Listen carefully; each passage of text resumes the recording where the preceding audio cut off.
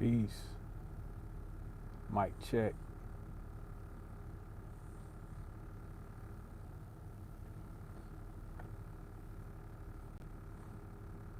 What's happening? Peace, worthy maiden. Y'all give me a one if y'all can hear me. Peace, peace, Mac L Bay.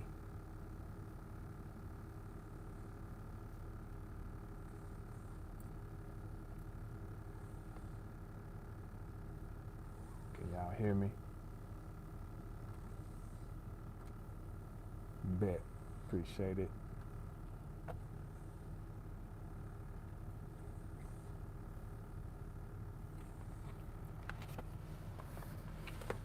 Thank you, worthy maiden. How y'all doing?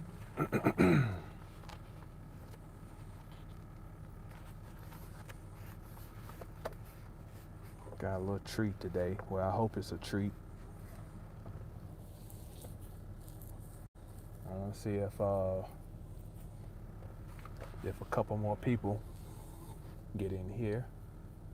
I want to read something.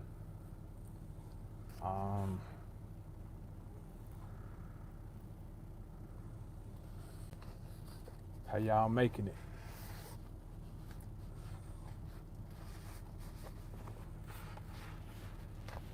We're gonna get going here,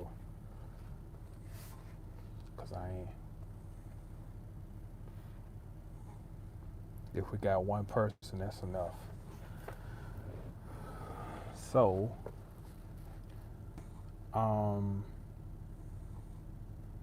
where do I start? During time, I was clicked on YouTube a couple of days ago, and there's a brother whose channel, right on, it's better than okay.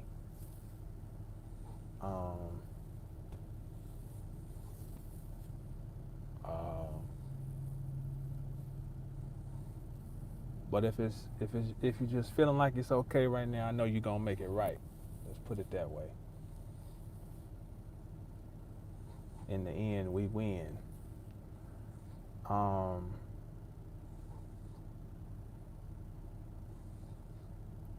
What was I saying? Oh yeah, I was on YouTube watching the video yesterday. It's a guy's channel, Peace Dark Truth. It's a brother whose channel I follow, and he's actually right here in Dallas. It's a brother named Wally Bay. So he ain't done a video in a while, so I'm scrolling and I see he's on live. So okay, let me click on and see what he's talking about. And so he's on here reading from a book, and I'm listening to him read. I was like, okay, that's cool. I listened some more. I'm like, damn, that sounds kind of familiar. And I tune in a little more. I said, wait a minute. That sounds like he reading my book. So, shout out to Wally Bay. It turns out he was reading from my book. And I guess a lot of people probably don't know, especially if you're new to my channel, because I don't never talk about it, that I've actually written 2 books. But one was just kind of like a more of a essay, but this is I consider this to be an official book, but I don't ever say nothing about it. I don't advertise it. But as he was reading the book, I was like, it's been so long since I wrote it, I kind of forgot what I even put in here. I wrote this book like 5 years ago and published it in 2017, I think is when I published it. And he's reading, I'm like, damn, some of this stuff he has gone through. Let me just say this. This is no ego tripping. This is just being straight up. I appreciate, he said in the video that he's read my book like 3 times. And, you know, I'm gonna be honest, that was encouraging, that was encouraging to hear. You know, because to be straight up, sometimes, you know how things are.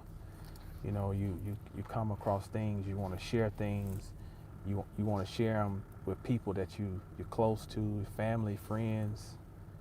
And what's ironic is that nobody in my family has ever read my book. To be honest, and this is no judgment or anything, but friends I've had for years, I've given copies, they ain't read it. Because you know if somebody read, because you just know. And it's ironic that, because I'm not from Dallas. So I met Wally. Damn, try not to wake up the natives. I met Wally like 3 years ago. Because Aline Bay had come down here to do a lecture. That's where I met him at. That was my first time meeting Aline and his wife. And it's my first time meeting Wally. And, you know, when he heard I had a book out, he supported, got the book, and he actually read it. So he inspired me to read my own book for you all, or to share a little bit of it, because a lot of the stuff in there is fitting for the times that we're living in. So I guess I might as well say the book is, I still have some copies left. I don't have many left. And to be honest, I printed the book on CreateSpace, and now that's gone. Amazon took them over, so I don't even really know how to even produce.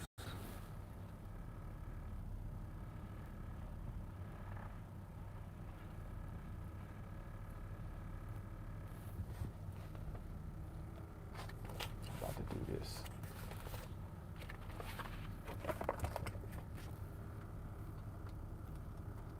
We're about to go on location.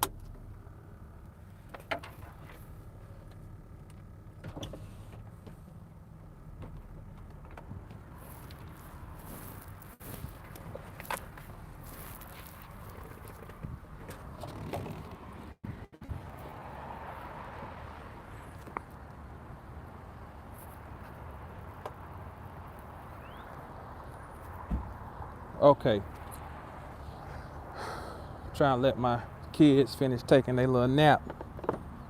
Like I was saying, I don't know how I'm gonna print some more copies. I'm sure I can find a way. You know, I do the self-publishing thing, of course. CreateSpace was an easy way to get it done, relatively speaking. But you know, I'll figure out something else. But anyway, this is the book. It's on my website, mastersofthecosmos.com. That's the book. The Lies Behind the Ties, Keys to Higher Consciousness. You just go on there and click on books if you want to get a copy. I think I got about 7 copies left. Yeah, 7 copies. This is mine though. This is my reading copy. You can see I've tore it up. This is my reading copy. But I want to read something. Can y'all hear me? I know I'm outside. Somebody give me a 1 if you can hear me. So I'll be out here looking like a fool, talking to myself, and can't nobody even hear me. Will somebody press 1 if you can hear me?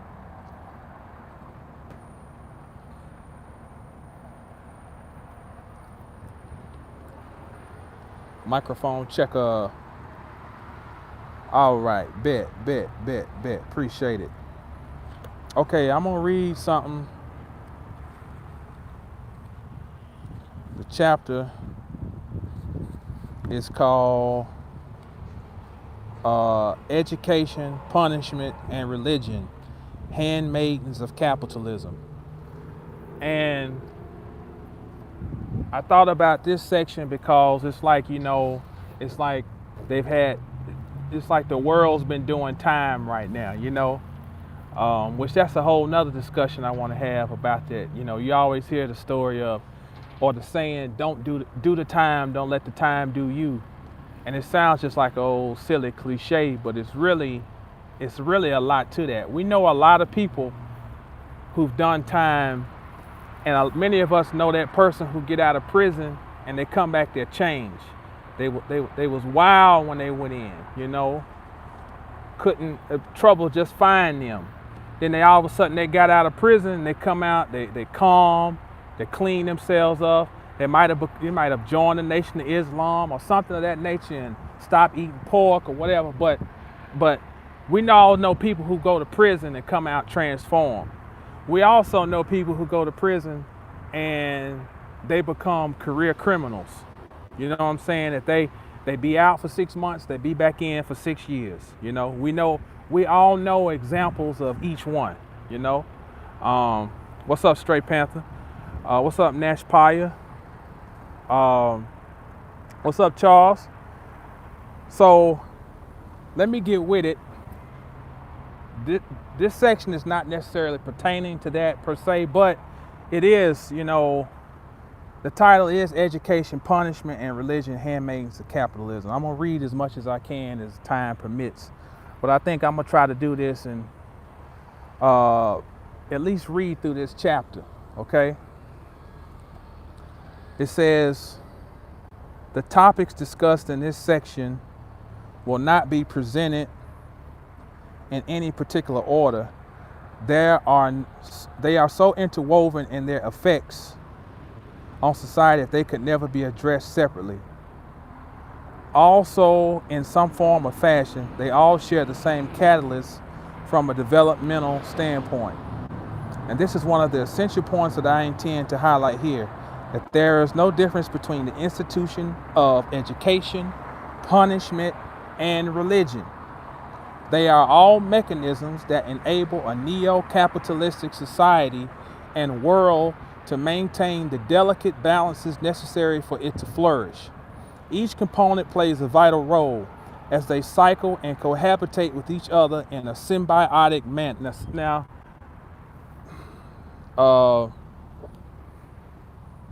grab this book before I leave this copy. Oh, shit. I'm right here. Uh-oh. This one might get cut short.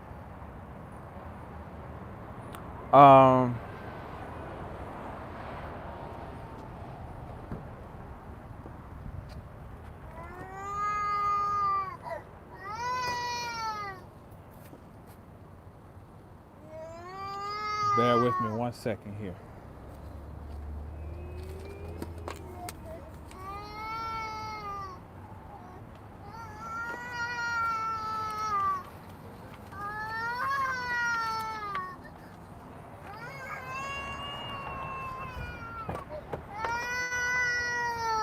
Here, baby. I didn't leave you. Here.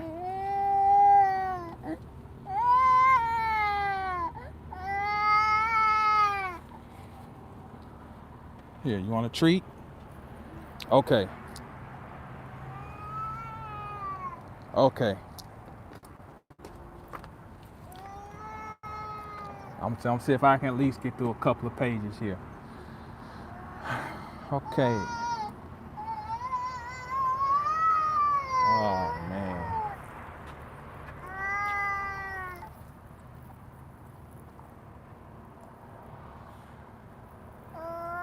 You want some candy? Huh?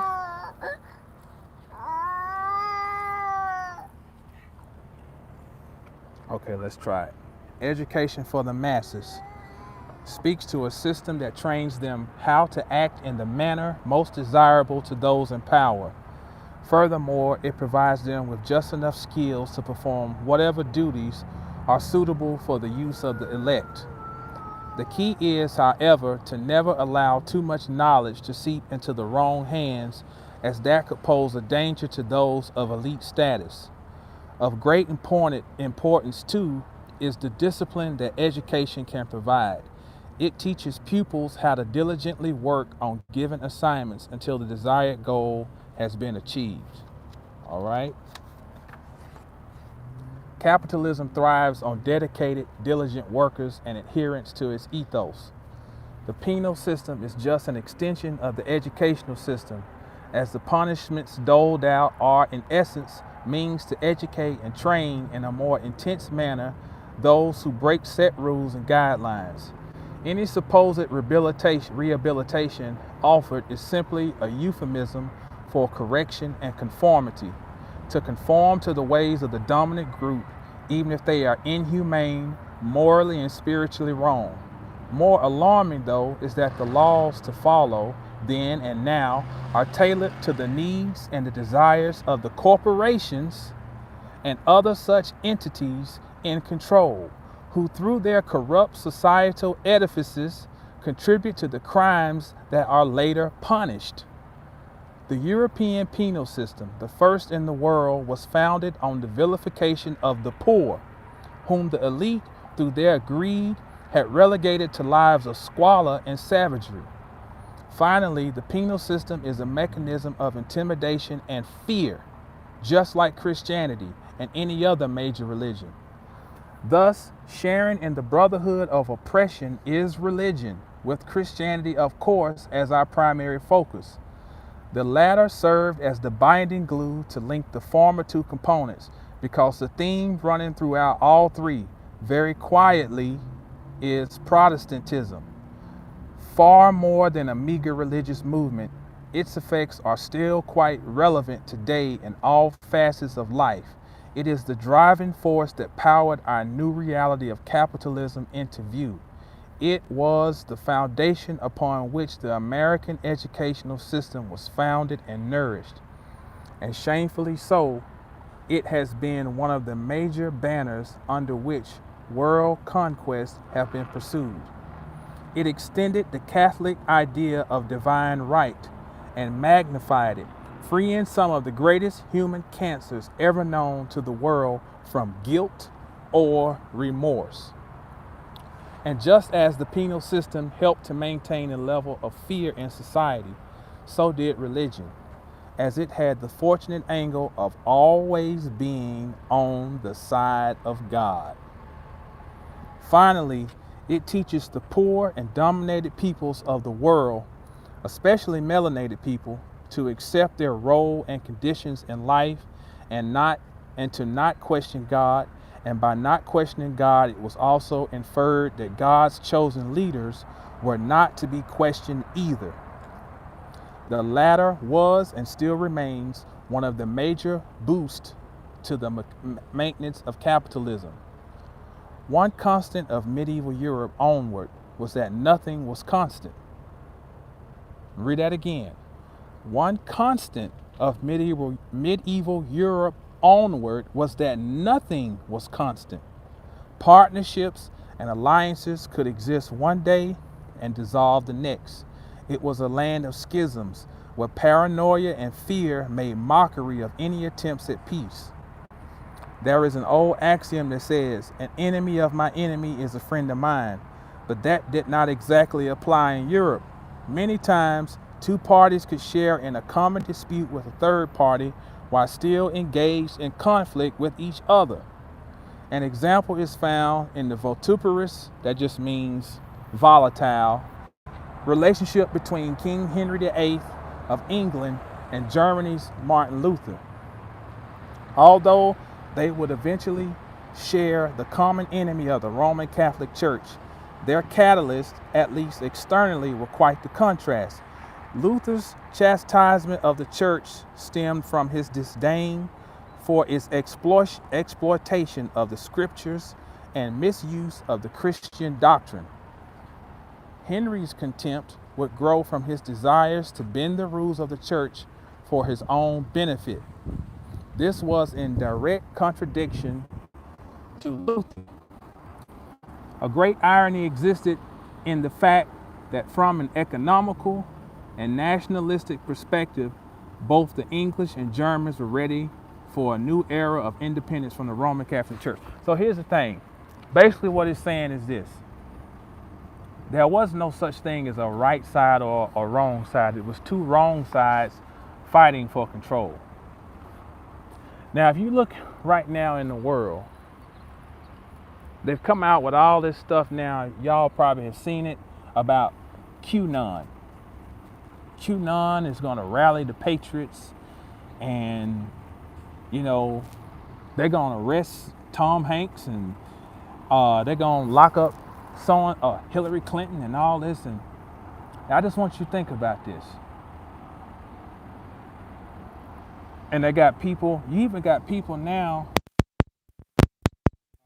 melanated people, who are promoting the idea that the 45th Commander-in-Chief is actually secretly somewhat representing or fighting on the behest of melanated people. And then it all ends up tying back to this Messiah figure named QAnon, who's going to ride in on his horse and is going to set the record straight. Now just think about this though. In your day-to-day life, how much does Tom Hanks,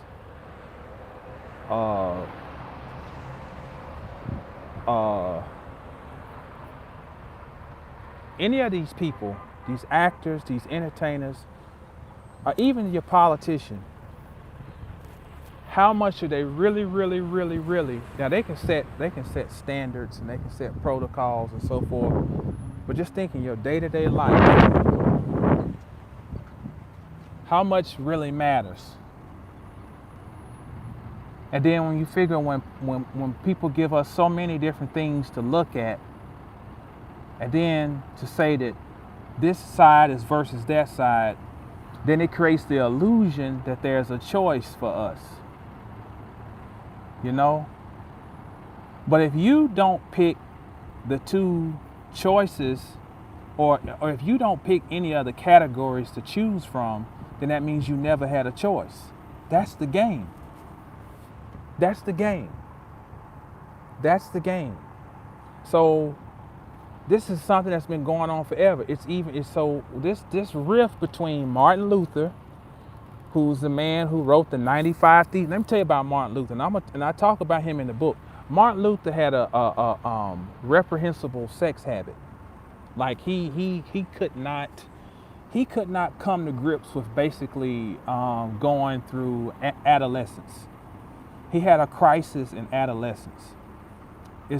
Teens have hormonal bursts in adolescence. That's what being a teenager is. You know, they might start masturbating and all types of stuff. He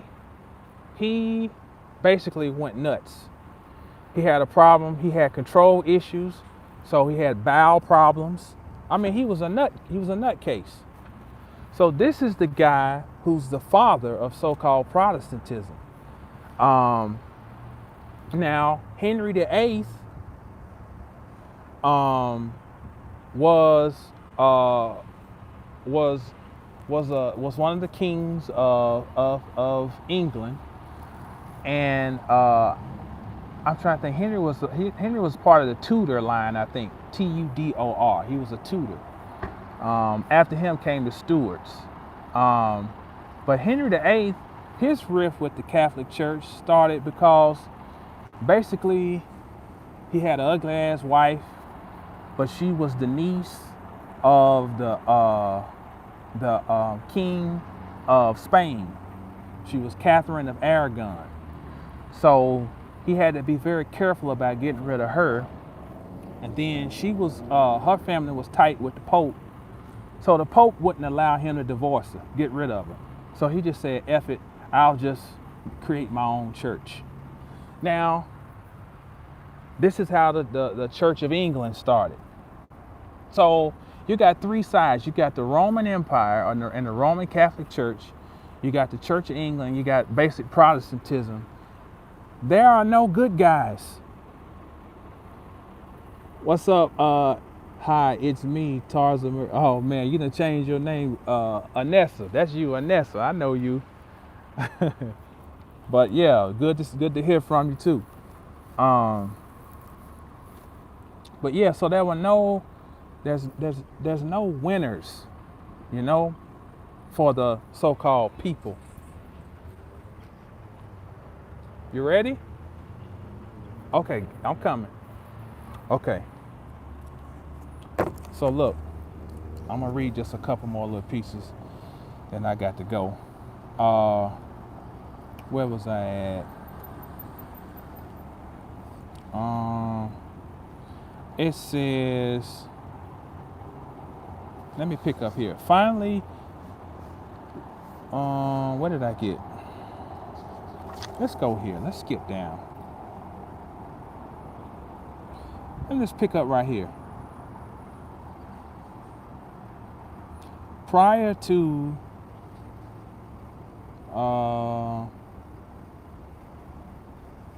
what's up, Second Chamber? Brother you? Yes, sir. These choices have ever been foisted upon them. You know it is. You know that's the truth. Peace, Philip Boone. In recognizing the business political structure of the Protestant movement, let me skip down. For sure, there is generally a degree of naivety regarding religion, an idea that it is centered on morals and righteousness. What must be understood is that from the vantage point of the elite, religion has nothing to do with morality, just as education has nothing to do with universal learning. And capitalism has nothing to do with the free market. Rather, each is a mechanism of controlling the most valuable resource on the planet, human thought. Dramatic pause on that one. Dramatic pause. Human thought. Is not human thought on trial right now? You don't have the right to think freely. How dare you? You just committed a thought crime. More specifically, religion was needed early on to instill the discipline necessary to support the neo-capitalistic structure. But after the cement set, religion was no longer needed. Capitalism became the new religion of the world. And the people filled with the spirit of capitalism today tend to be indifferent, if not hostile, to the church. Now, doing all this shutdown stuff, the churches were closed and the liquor stores were open. Churches were closed, liquor stores were open. How many pastors vehemently fought back and said that they were men of faith, men of God, and that they knew that God was going to protect them and they were going to open up their church house and still carry on their services? You know what I'm saying? Peace, Prince Nakeem. How many instances of that did we hear about? Very few and far in between. Go right along with the status quo. We're gonna shut it down. We're going to have somebody standing in the empty sanctuary and preaching to you. And we're gonna have our best singer singing. The drummer gonna be like 6 feet away from her. The pianist gonna be 6 feet away from him. And but we're gonna have a way for you to pay them tithes digitally. You best believe that. Please continue sending that money to the empty storehouse. So that's just another little side note, just juxtaposing the book with the times that we're in. It says, let me skip. Let me skip to another section. Let's see. That's right, Bitcoin and all. Send your foot. If you can cut your foot off and send it in the mail, send that, because we got somewhere we can sell that foot and get some money for that. Let me see. Am I still in this same chapter? Because I got some stuff highlighted when I was reading. Let me just, I don't even know if this is still the same chapter. Yeah, I think so. I'm going to skip here. We're just going to make this a highlight section. In our present day cities, the skyscrapers have become symbols of prosperity, power, and prominence, deified on a subliminal level. We find the origins of such pathological thinking in Europe. The equivalent of the modern skyscraper in old Europe was the church cathedral and bell tower. Not only was the reverence held for these structures superimposed into the city, state, nation, they served as further tools of social engineering via the ringing of the bells. The ringing of the bells would morph into a useful tool for education, labor, the penal system, and religion. A glimpse of the conditioning is revealed in the following passage.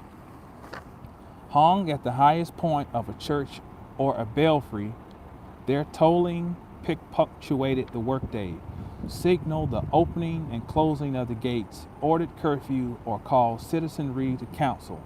In short, they have a rhythm to the secular municipal time. End quote. I was quoting from, because I got a bibliography in the back too. Just not giving you a bunch of stuff and I don't give you no sources. I got this from a book called Medieval Callings. Very good book. Then it goes on to say, and the following account even more hammers home the purpose of the bell tower as a tool of social engineering. It reads, quote, thanks to mechanical clocks, the entrepreneur could keep track of hours worked, which his workmen were quick to contest, and clerics and princes saw them as a means of disciplining the throng.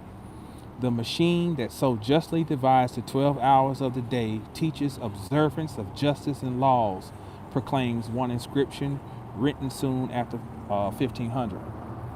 Ultimately, the clock, along with the bell tower, allowed those whom were in control to more efficiently exercise their powers, as these tools helped to condition people as to where they should be at a given time and what activities they were to be involved in. The science of the bell tower remains in full effect today. Within the primary education system, bells are used to indicate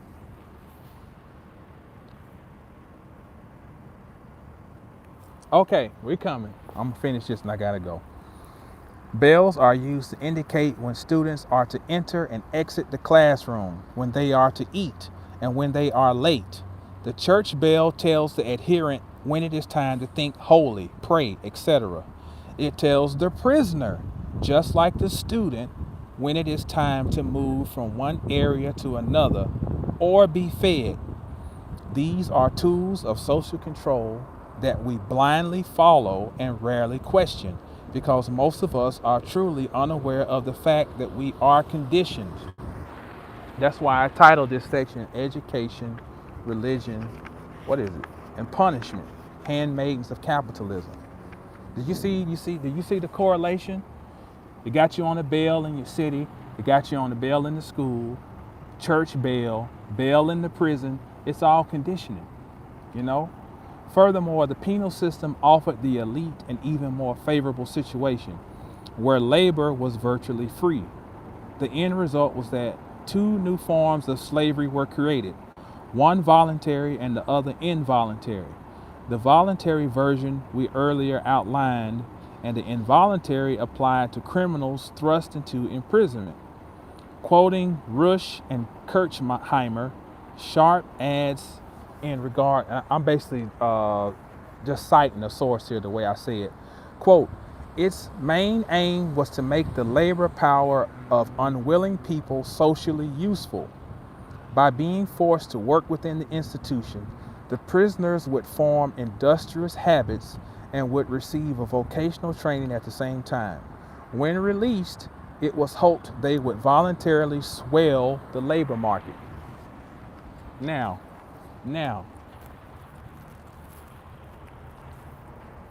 think about what you've been hearing right now.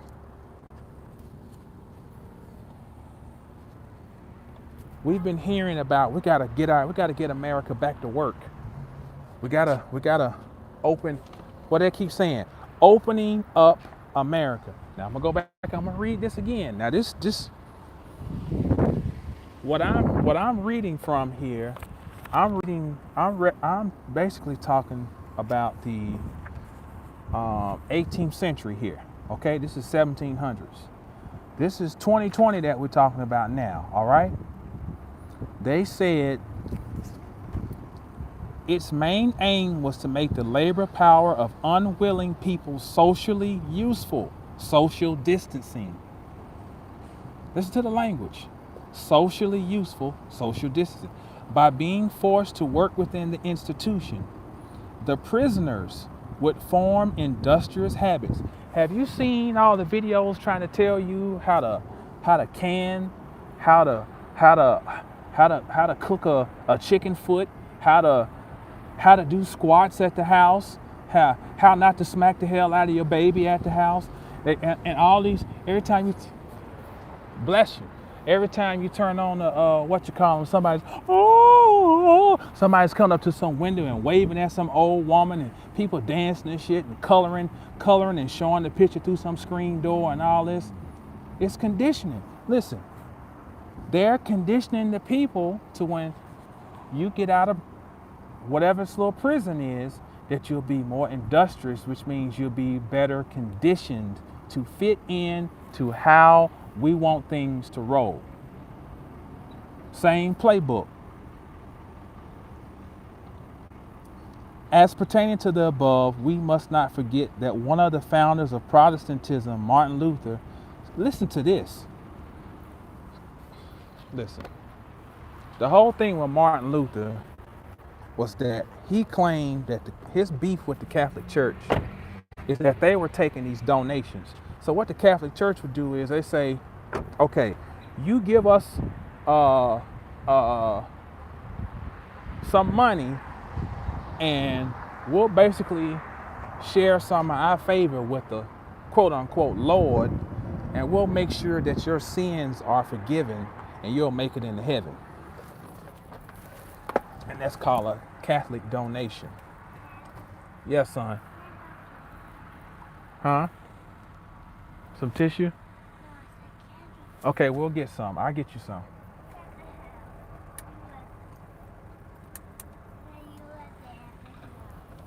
That's right. That's right. Penance. Penance.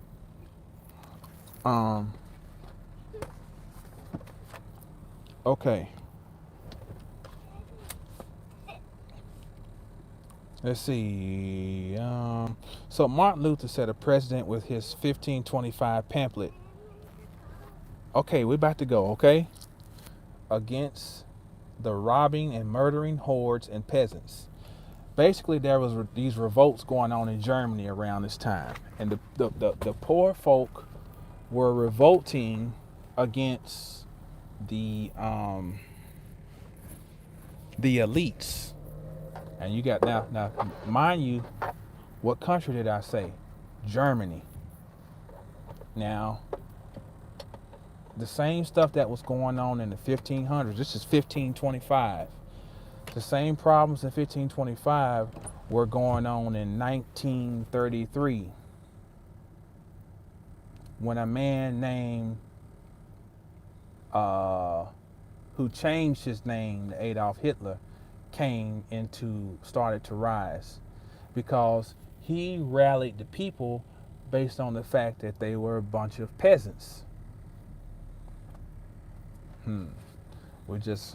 You can read further into that one. If they were the peasants, then if they were the peasants, then who were the ones who were the elite, who was taking advantage of them?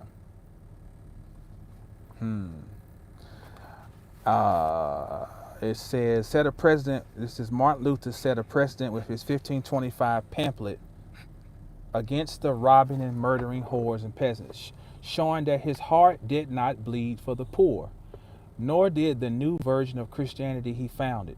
In reality, then, the new faith did not protest injustice, as some historians will lead us to believe. Rather, it amounted to a fight against elitists for control of human and natural resources.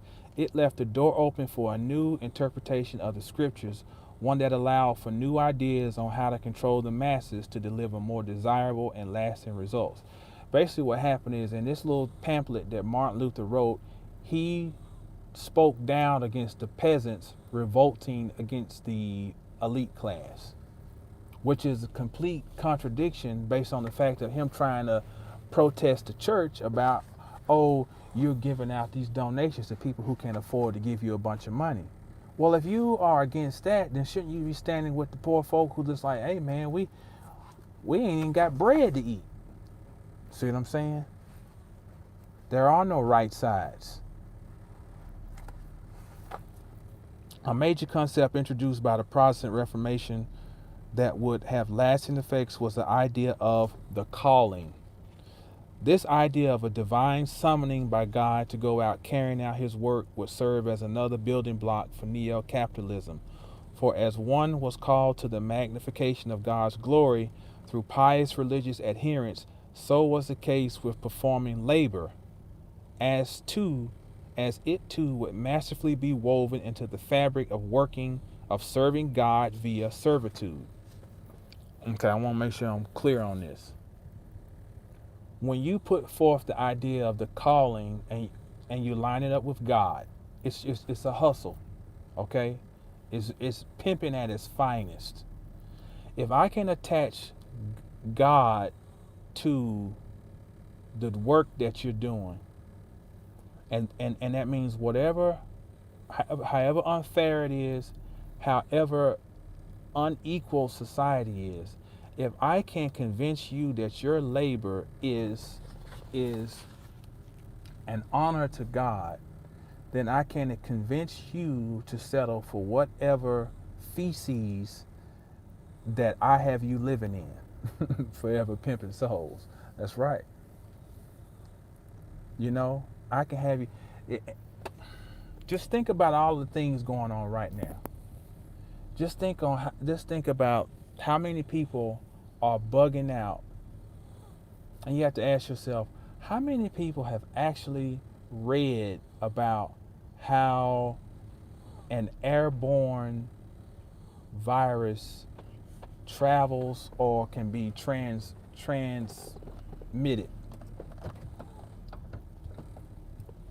Just something that simple.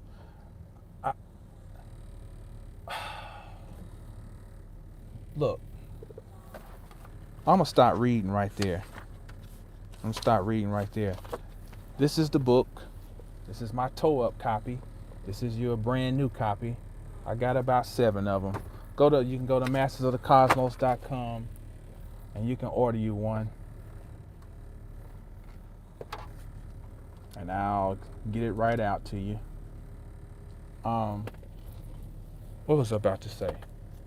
Hold on, let me catch this thought. Pull it back into my head.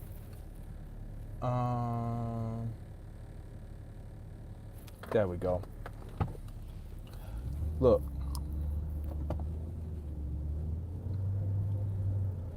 There's a lot going on right now. You know, which you didn't need me to tell you that. You're already aware there's a lot going on. But maybe we're not aware to what depth there is a lot going on. Look at this.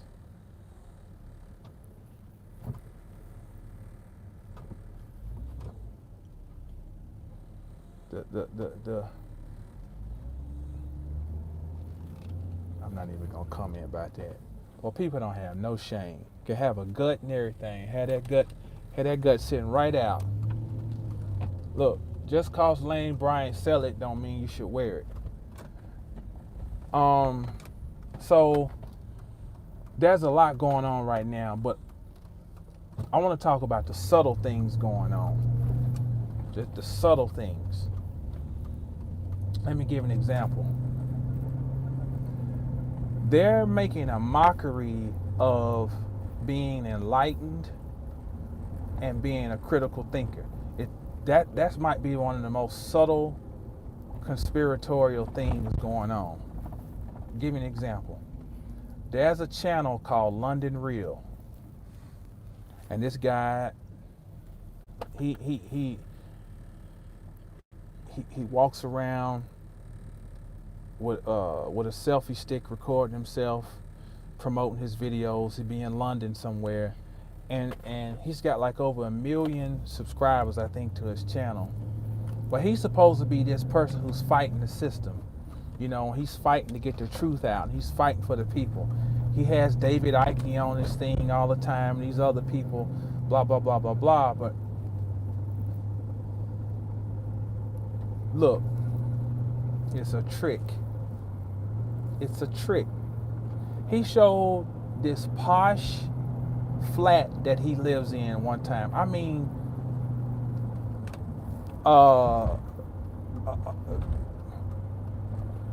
what am I trying to say? I never imagined that fighting against the system could be so luxurious. He's fighting the system, and he's living lavishly. Lavish. David Icke has made millions of dollars, millions, selling conspiracy. Okay? So now this is how you get up to the point where they create these messiah figures. Oh, QAnon is gonna come, and then what they've done is they've found a way to where quote unquote conscious people can now be aligned with right wing, basic Ku Klux Klan people.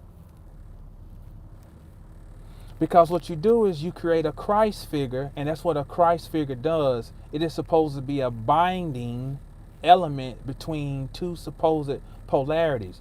The problem is the people aren't creating the Christ figure. It's being created for them.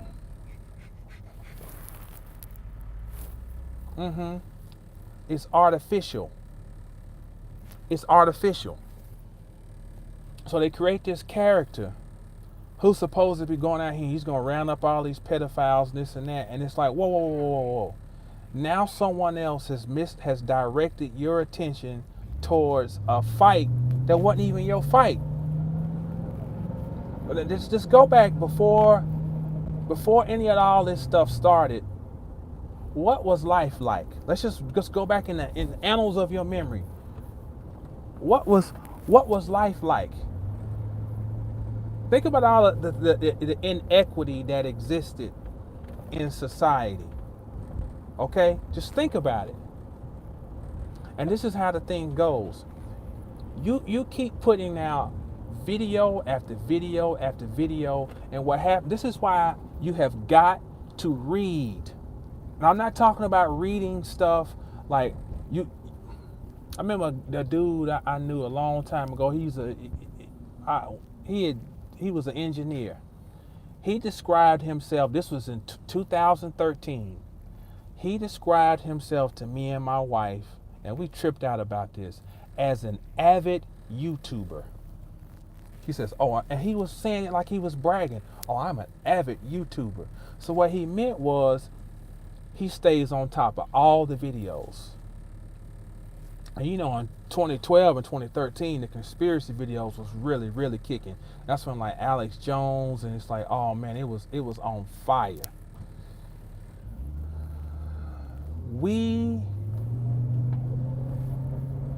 I don't even know, sometimes I don't even know how to even articulate what I'm trying to say. We're not seeing what's really, really happening here. Or a facet of what is happening.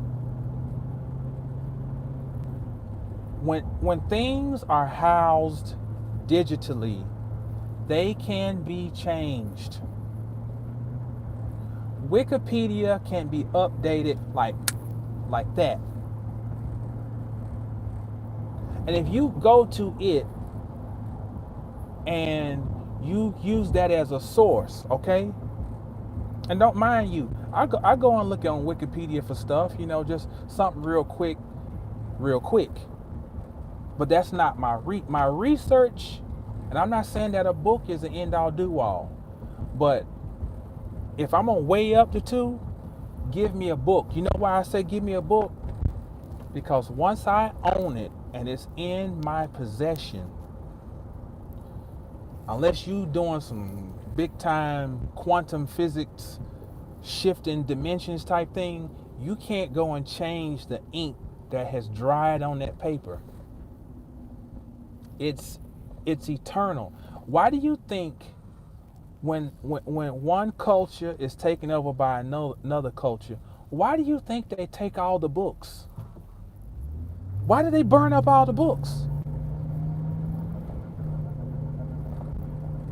Just think about it. Why do they burn up the books? Then you have to ask yourself, how would you burn up books in 2020? Digitize them. Digitize so-called knowledge. Digitize information. That's the new book burning. I tell people all the time, I say, get you some books now. Get you some books now. Get you some books now. You know why? Because I monitor these things. I monitor them as they monitor me. They monitor your accounts. And you can put something on a wish list, and that book was $10. You come back in a month or come back in 6 months, you didn't get that book's now $75. I've seen it happen over and over. I've seen books that was $20 and now the book is like $160. And I can't get on the camera and tell on mass media.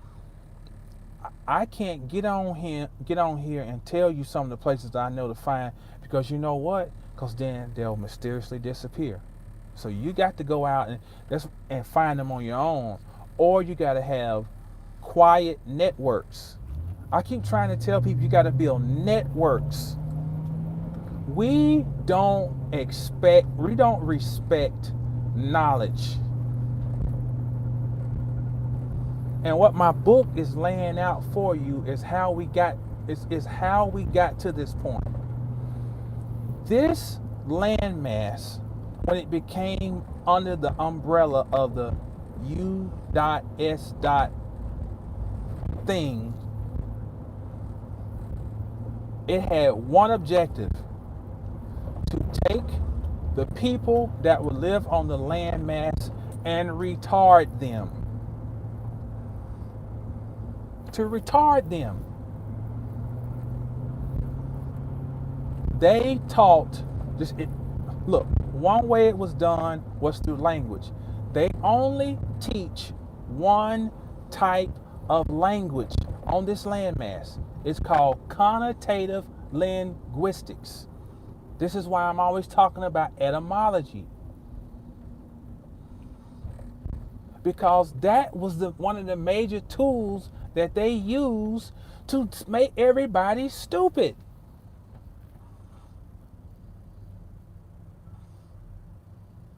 You think this is what it means, but it ain't what it means.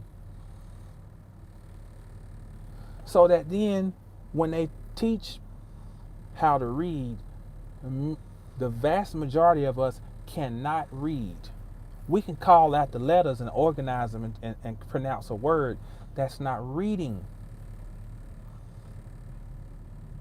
That's not reading. That's not comprehension. So if you take this and then fast forward the clock 300 years, then you got, I'm an avid YouTuber. This is a plea. This is a plea for those of you, especially who have time on your hands. If you got that little stimulus check and all of it ain't gone, please go and buy yourself some books. please take the time to sit still and read something and edify yourself. Look, most of the people who fashion themselves to be teachers on YouTube are full of shit. Let's just go on and get with it now. Let's just go on and get with it. How many people give you sources to go back and read anything on your own? You can count them on your hand almost.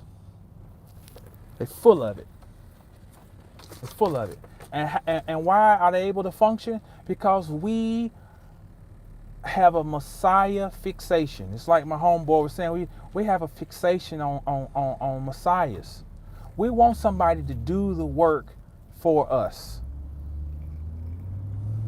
We want to be entertained by cool sounding, entertaining commentary that ain't worth a hill of beans. You don't know anything until you labor for yourself. I challenge you, and this is not talking down. This is just, this is the time that we're in. You need to understand the severity of the moment. The battlefield is your mind. Understand this. And the great C. Freeman L. said, if you don't control your mind, somebody else will. Do you not know what an algorithm is really set up for? For confirmation bias. Whatever reality that the algorithm can pick up on that you want confirmed, it will feed it. If it can pick up on some fears, it will feed those fears. If it can pick up on some anxiety, it will feed them. If it can pick up on anger or savagery, whatever it can, that thing is scary. It can pick up on it and it can feed you. I want to do something one time. I want to teach people how to build your library. It is not about trying to impress nobody.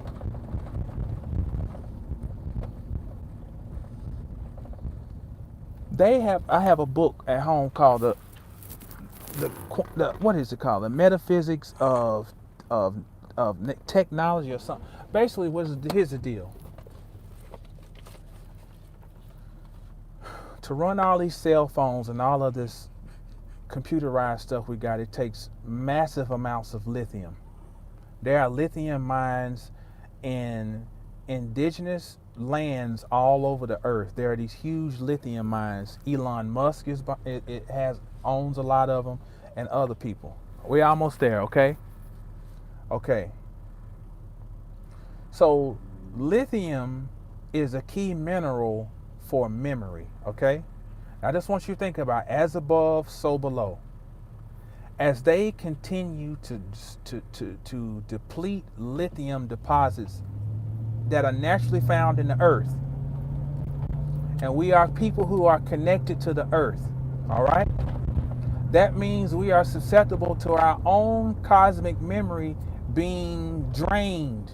It's vampirism, okay? Then on top of it, if you get the bulk of your whatever you getting coming off of technology, it further retards your memory and your ability to think critically. You think that you're thinking, but your thoughts they're not yours anymore. Because what was you is being eroded.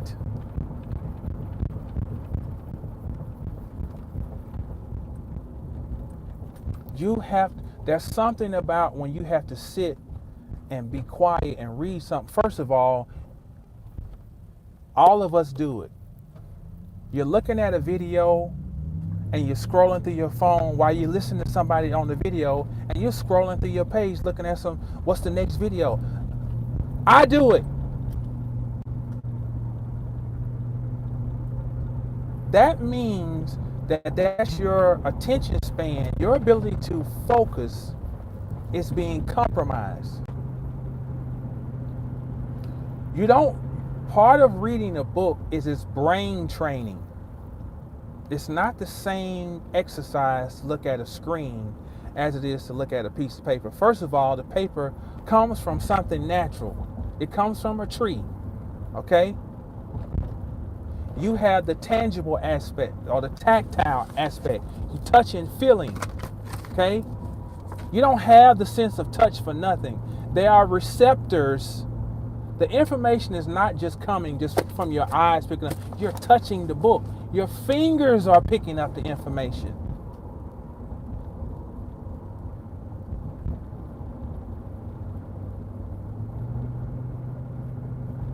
You got to start reading. And I'm not talking to who I ain't talking to. I'm talking to the people who are capable. I'm challenging the people who we have people who have basic intellect. That means that they're just basically smart, but they may be lazy.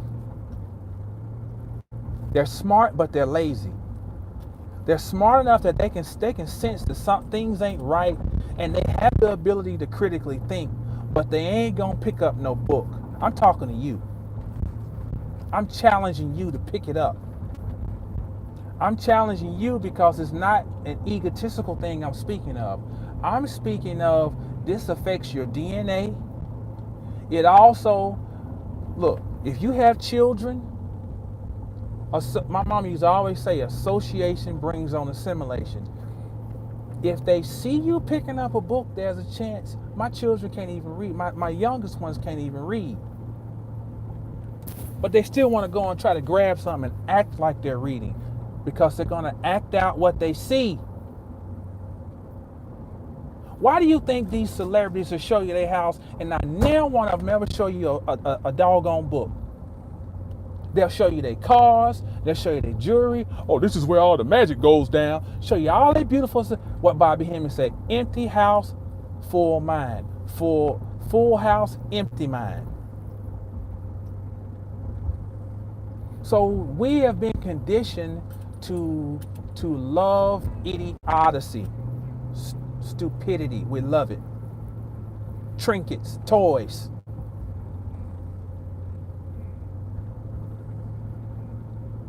But if you look at this world now, if you have a child growing up in this world and that child does not know how to critically think, they have, look, they're food. You are in essence saying, I'm okay with my child just being a part of the food supply. Some things, my uncle used to say, you know, it's not always for me to see the tree grow. It's just for me to plant the seed. A lot of stuff, you know, we're just not gonna see. You know, you're just not gonna see. But has that ever been what planting seeds was about? Planting seeds was about faith that something's going to grow. Because at the time you plant it, the seed goes down into darkness.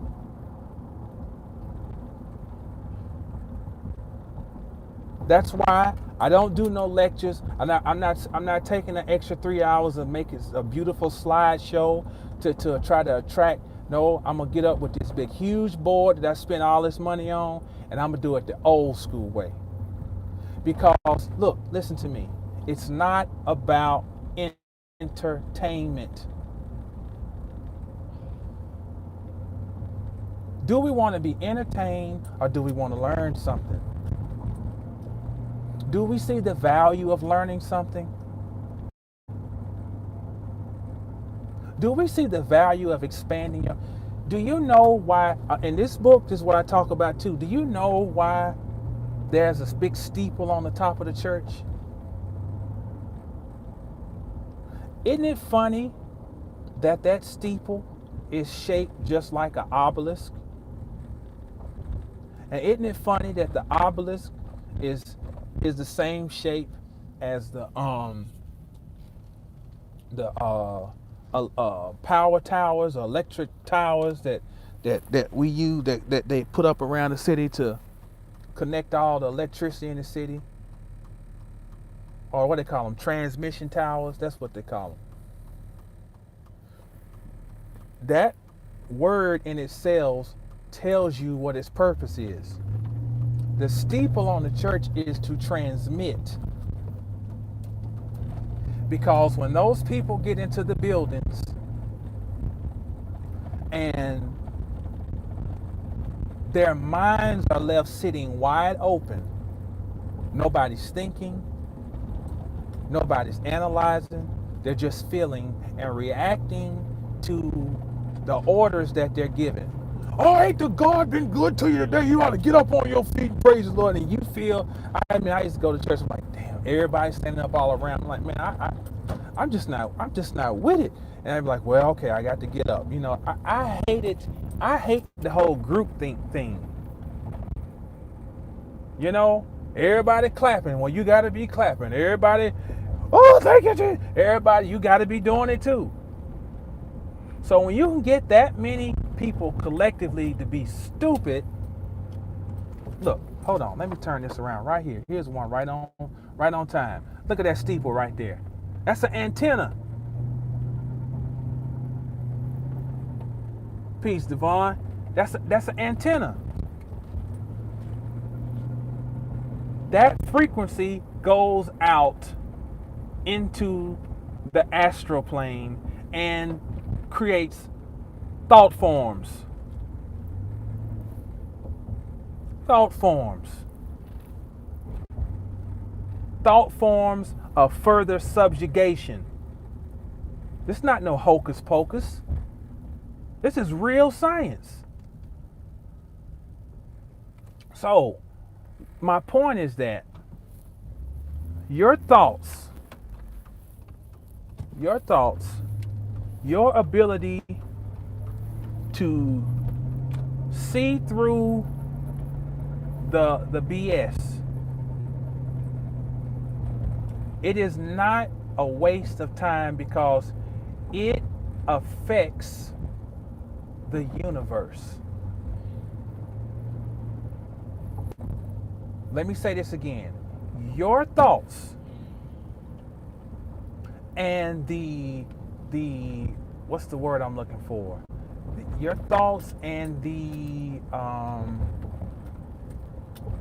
cultivation of your mind affects the universe, which then affects your reality. Trust and believe that. Trust and believe that.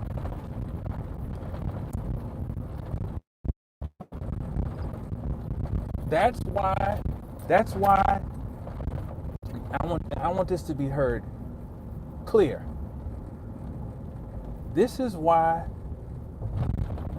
certain things are reported over and over and over.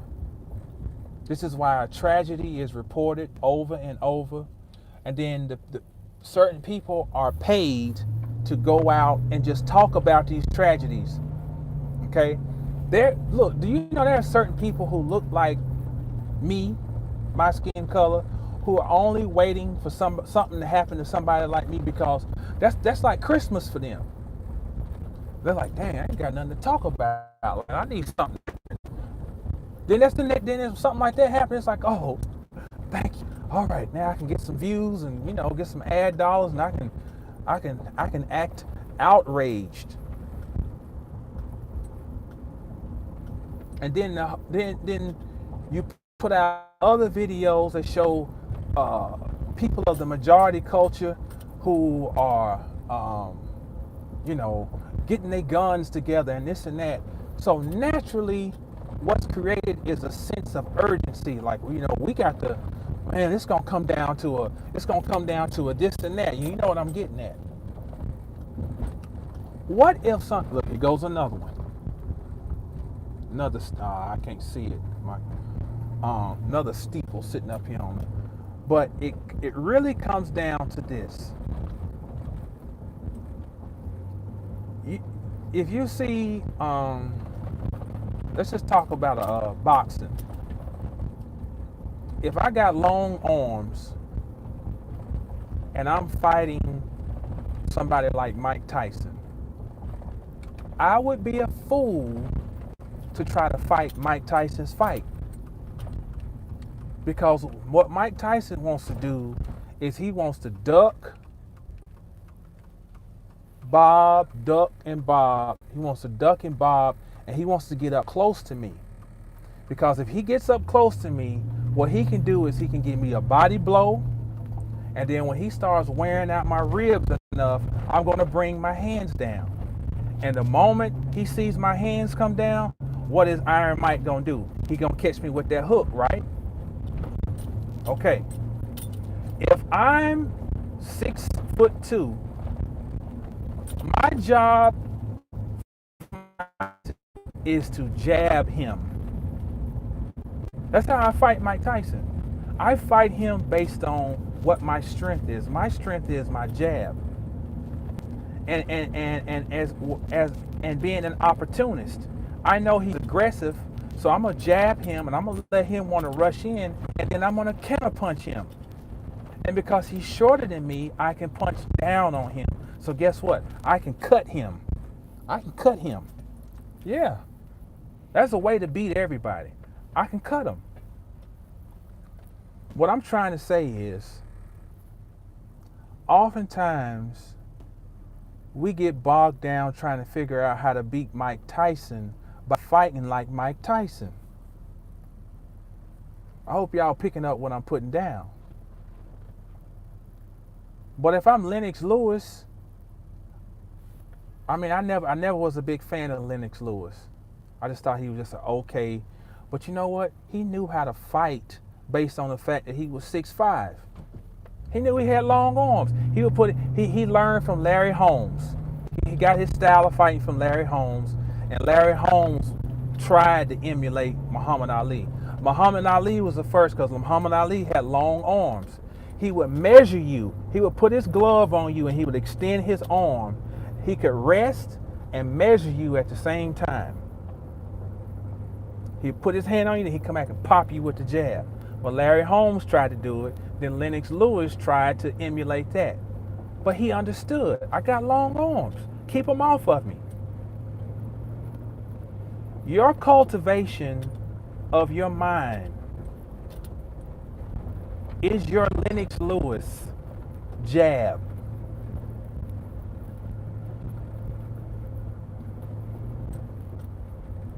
That's your Lennox Lewis jab. And that is what is at stake right now. I even think that some of the videos that might be coming out right now that are just like somebody's just, they're giving it up, they're telling the truth.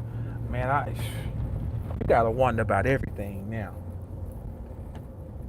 You gotta wonder. And then that's when at a certain point you have to fall into your own reality, your own world, and be clear about what you don't know and what you do know.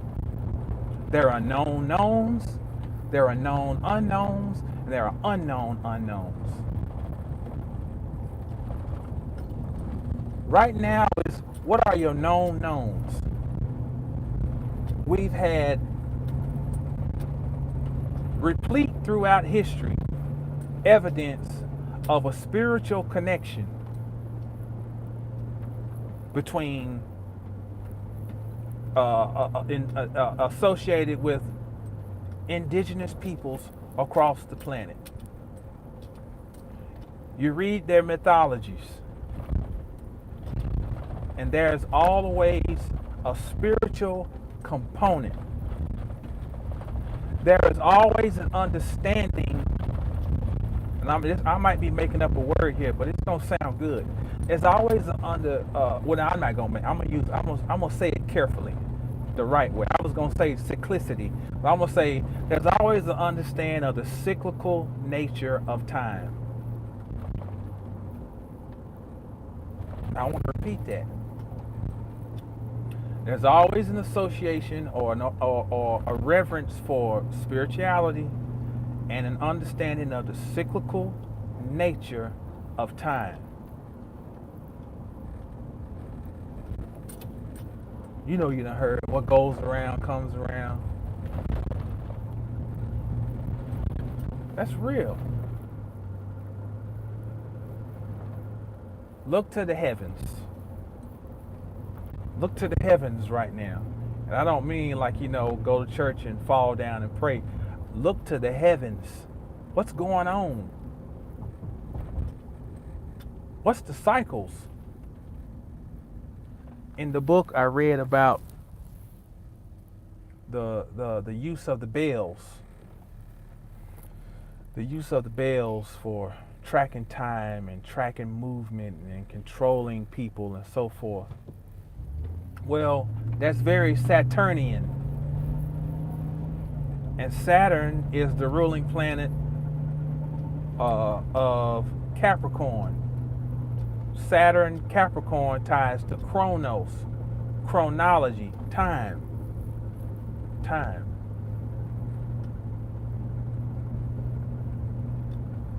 But those rings that go around Saturn are cyclical. Cyclical, as in cycles.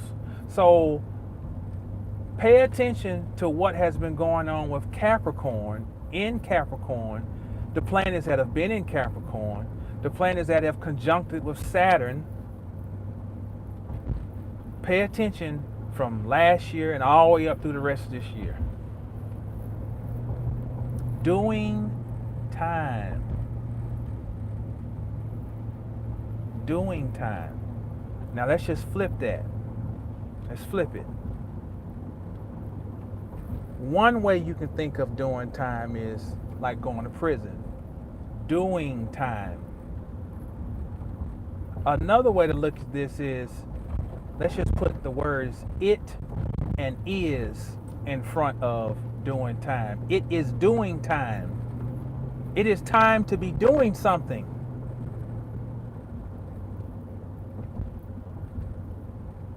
So let's lay out a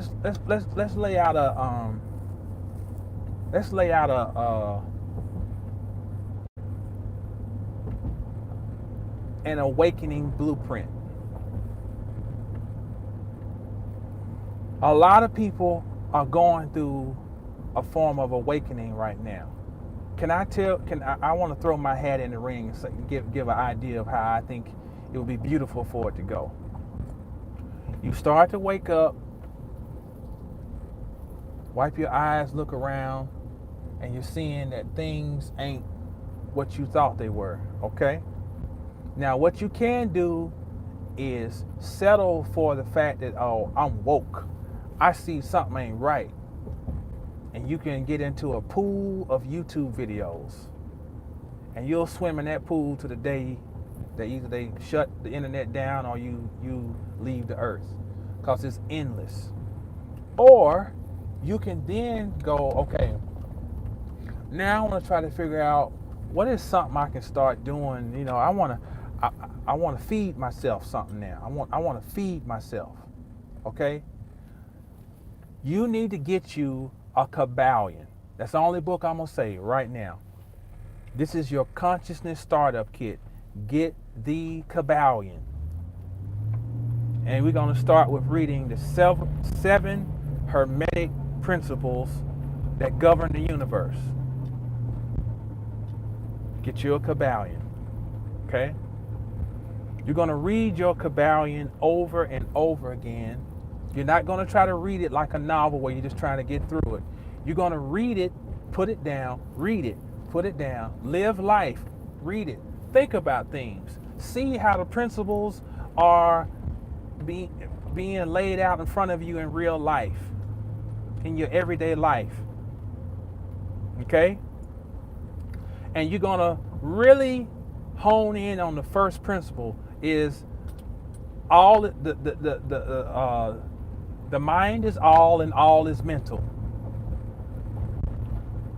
And after you keep on going over this and living life and observing things, you're gonna come to a realization. You know what? I'm gonna start experimenting with seeing if my mind can crystallize something like on Earth, like tangible. I'm going to see that for every instance where I feel like I need to take my physical reactive nature that I normally would have taken to something, I want to stop first and I want to see, based on the law of mentalism, which is the first law of the Kabbalion, the first hermetic principle. I'm gonna experiment with, get me a black book, and I'm gonna write down something over and over and over. I'm not gonna tell nobody about it. I'm not gonna make no fanfare about it. I'm just gonna write it over and over and over, and I'm not gonna belabor on it. I'm just gonna write it. I'm gonna live life, and I'm gonna say, universe, show this to me. I'm not gonna go around all day. Oh, you ain't showed me yet. You ain't showed me yet. Oh, you tripping. I knew it wasn't real. No, you just gonna do it. You're gonna be going along, doing your thing, and something's gonna pop up when you ain't even expecting. Like, it might be a billboard. It might be somebody's license plate. I'm not making this up. I'm not telling you something from some book. I'm telling you what I know. The mind is all, and all is mental.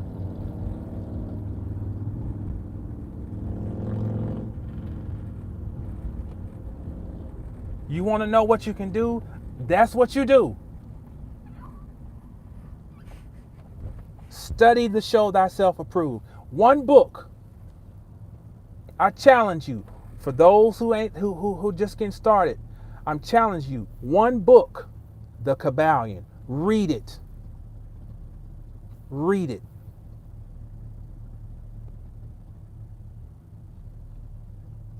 And ponder on those. It's very little thin book. I might even have that thing. I might even have a copy in my bag right here. How about that? I might have one. Because I used to keep. I might have taken it out. Yeah, I might have taken it out. Show you, just for y'all who have never seen one. It's man, it's so thin. It's ridiculous. Yeah, I think I might have taken it out. Very little thin book. You got to start reading. It ain't, you just can't. Telling you, you don't know. It's just like I tell people about working out.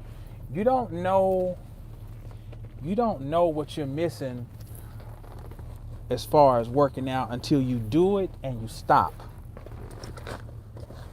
You know, when you work out and then you stop, you're going to know how beneficial it was. So you're going to see how much your joints are aching, you know, how your mood your mood changes, and depression. And, you know, you can be thinking to yourself like, oh, my chakras are blocked. It's like, no, you might just need to get off your ass and quit eating vegan bonbons and go do some squats. You know? Some stuff ain't even that deep, you know. But what I'm saying is, you don't know what you're missing until you try something different. Okay, you want to go home? Okay. Until you do something different. So if you pick up a book and start feeding your mind, you're going to see.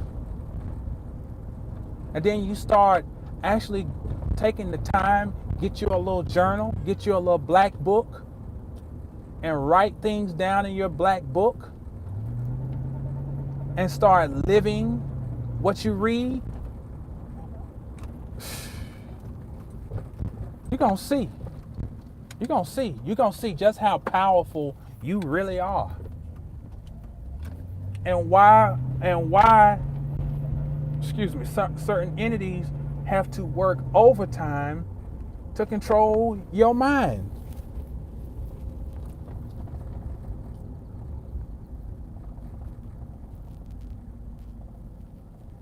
That's why. That's why. Because they know just how powerful you really, really are.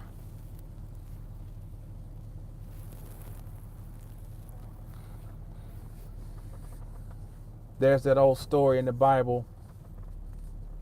It might be in Matthew 23rd or so chapter. Jesus is in the boat and with some of the disciples, and a storm breaks out. And he's sleeping in the belly of the ship. And the storm breaks out and they bugging. You know, they like, oh master, oh Lord, what are we gonna do? And they wake him up, you know. They're out there like, man, this nigga down here sleeping, snoring, slobbering. We got a storm brewing up here. Like, get up here and turn this water into wine and walk on it and make some fish jump. Work a miracle, Jesus. You know? And he gets up and he's like, y'all woke me up for this? You cowards. He goes up there and tells the water to be... Yeah. Okay, all right, good. He tells the water to be still. Inside of you, that story is not talking about an actual character. Hey, all right now, calm down. It's talking about a concept. It's talking about an experience, a reality, a potentiality that is dormant. And what we're talking about is working on activating that. No tricks, no bells, no whistles. Just basically chop wood, carry water. Chop wood, carry water. Sit still. This let me tell you why I get on my soapbox about this. Because I know, like, I got a homeboy who's an artist. I might have talked about him before in videos. When I say he can do anything, he can take a shirt, rip it apart, and make a pattern out of it and put it back. I mean, and I'm talking about can make shoes. And he's a heterosexual, so I mean, he ain't no, he ain't no David Whipple. David Whipple was this dude we grew up with, who old school. Chicken nuggets? Oh, okay. We'll go in a minute. Talented, but can't focus his mind. He couldn't focus his mind if his life depended on it. Okay. You got to pee? Okay. Couldn't focus his mind if his life depended on it. Why did I bring him up? Good.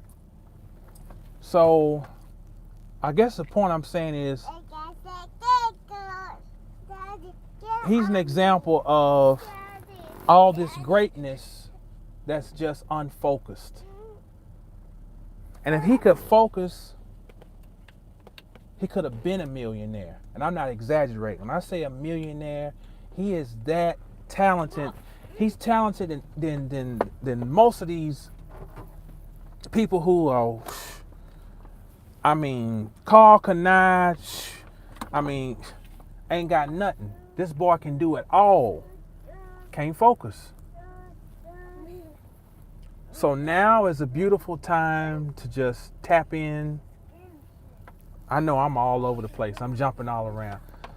But hell, that's just the way it is. I'm freestyling. Let's see what's going on. I'm about to get off here real quick because I gotta go and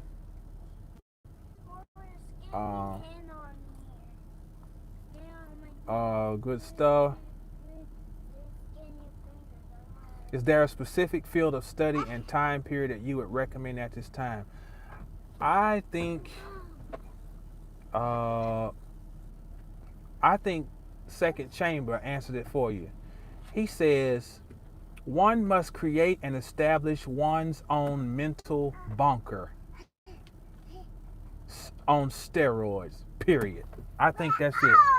So wherever your spirit leads you, you just need to